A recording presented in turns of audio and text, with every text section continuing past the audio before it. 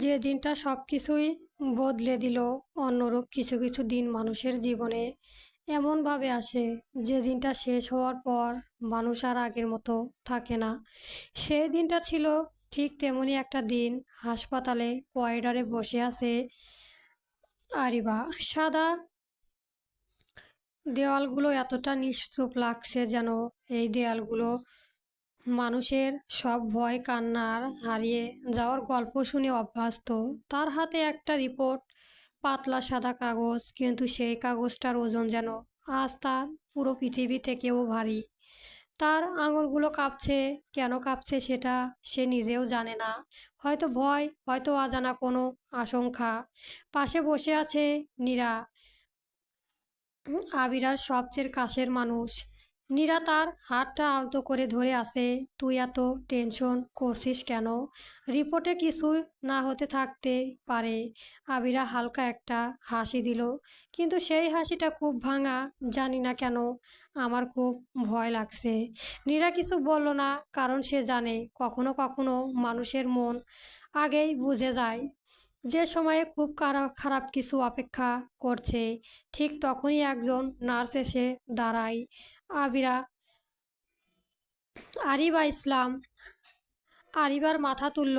জি, doctor ion Ahmed আপনাকে ডাকছেন। নামটা শুনে আরিবা ধীরে উঠে দাঁড়ালো। তার পা দুটো যেন একটু ভারী হয়ে গেছে।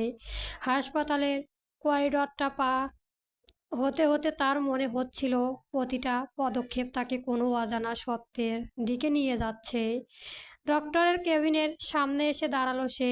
দরজাটা বন্ধ, কিন্তু সেই বন্ধ দরজায় আজ অদ্ভুত ভয়ানক লাগছে। যে দরজার ওপাশে এমন একটা সত্যি আছে যা জানার পর তার জীবনটা আর আগের মতো থাকবে না। সে ধীরে দরজা নক করলো। ভেতর থেকে শান্ত একটা কণ্ঠ ভেসে এলো, কামিন। আরিবা দরজাটা ঠেলে ভেতরে ঢুকলো। ভেতরে ঢুকে সে থমকে গেল। ডেস্কের ওপাশে বসে আছে একজন মানুষ। সাদা কোট, পরিপাটি চুল, চোখে গভীর এক ধরনের শান্তি। সে মাথা নিচু করে একটা ফাইল দেখছিল। আরিবা ঢুকতেই সে মাথা তুলল। দুজনের চোখ এক মুহূর্তের জন্য আটকে গেল। কেন জানি সেই মুহূর্তটা একটু দীর্ঘ হয়ে গেল। ডক্টররা কিছুক্ষণ তাকিয়েই রইল। আরিবা বুঝতে পারল না কেন, কিন্তু সে দৃষ্টিটা অদ্ভুত। যেন সে শুধু একজন রোগীকে দেখছে না, যেন অনেক দিন পরে হঠাৎ কাউকে খুঁজে পেয়েছে। সে ধীরে বলল, আপনি আরিবা? আরিবা মাথা নেড়ে বলল, জি। ডাক্তাররা বলল আমি ডক্টর আয়ন আহমেদ। নামটা বলার সময় তার কণ্ঠ অদ্ভুত এক স্থিতা, যেন পৃথিবীর কোনো ঝড় তাকে নড়তে পারে না।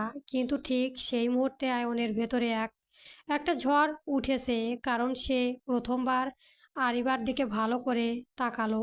মেয়েটার মুখ খুব সাধারণ, কিন্তু সেই সাধারণত্বের ভেতর অদ্ভুত একটা সৌন্দর্য আছে। তার চোখ দুটো গভীর, ক্লান্ত, কিন্তু ভীষণ সচ্ছল, যেন সেই চোখে হাজারটা না বলার গল্প লুকিয়ে আছে। আরিবা চুপ করে বসে আছে। তার মনে হচ্ছে এই ডক্টররা খুব অদ্ভুতভাবে তাকিয়ে আছে। আয়ন দ্রুত নিজের দৃষ্টি সরিয়ে নিল। সে রিপোর্টগুলো হাতে নিল। কিছুক্ষণ চুপ করে দেখল। কেবিনের ভেতর নীরবতা নেমে এলো। ঘড়ির টিক টিক শব্দ পর্যন্ত শোনা যাচ্ছে। আরিবার বুক ধড়ফড় করছে। শেষমেশে সে সাহস করে বলল, ডক্টর আমার কি হয়ে ডাক্তার আমার কি হয়েছে? আয়ন মাথা তুলল। তার চোখে হঠাৎ একটা কোমলতা দেখা গেল। সে ধীরে বলল, আমি চাই আপনি একটু শান্ত থাকুন।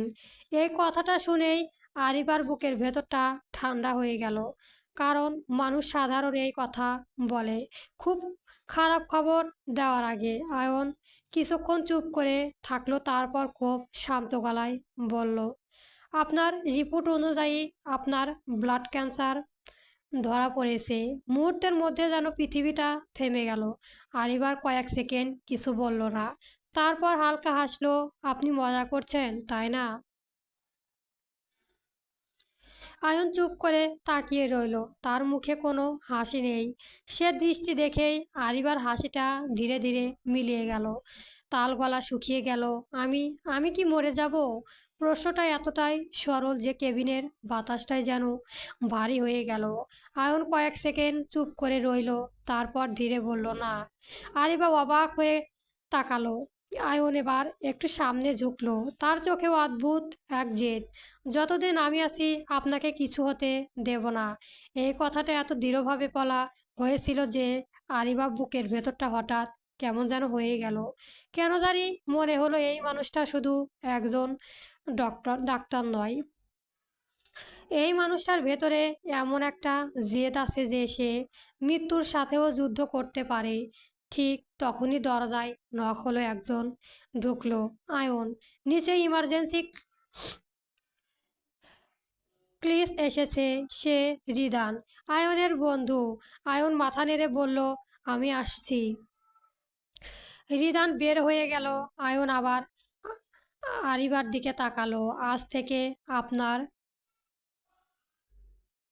ট্রিটমেন্ট শুরু হবে। আরিবা ধীরে বলল, আমি কি সত্যি বাঁচবো? আয়ন কিছুক্ষণ তাকিয়ে থাকলো, তার চোখেও অদ্ভুত কোমলতা। আমি কখনো রোগীদের হারাতে দেই না। আবিরা উঠে দাঁড়ালো, কেবিন থেকে বের হওয়ার সময় একবার পিছনে তাকালো। ডক্টর অয়ন তখনও তার রিপোর্টের দিকে তাকিয়ে আছে, কিন্তু তার চোখে এখন অন্য কিছু, গভীর একটা প্রতিজ্ঞা। সে খুব আস্তে নিজের মনে বলল, তুমি জানো না আবিরা, আরিবা, আমি অনেক আগেই তোমাকে হারিয়েছি, এইবার আর হারাতে দেব না। কেবিনের ড্রয়ার খুলে সে একটা পুরনো ছবি বের করলো। ছবিটা একটা মেয়ের, হাসছে মেয়েটা আরিবা। বন্ধুরা, পরবর্তী গল্প পেতে আমার চ্যানেলটা সবার আগে সাবস্ক্রাইব করে রাখবেন। ধন্যবাদ। গল্প যতদিন তুমি আসো পর্ব 1 চলবে।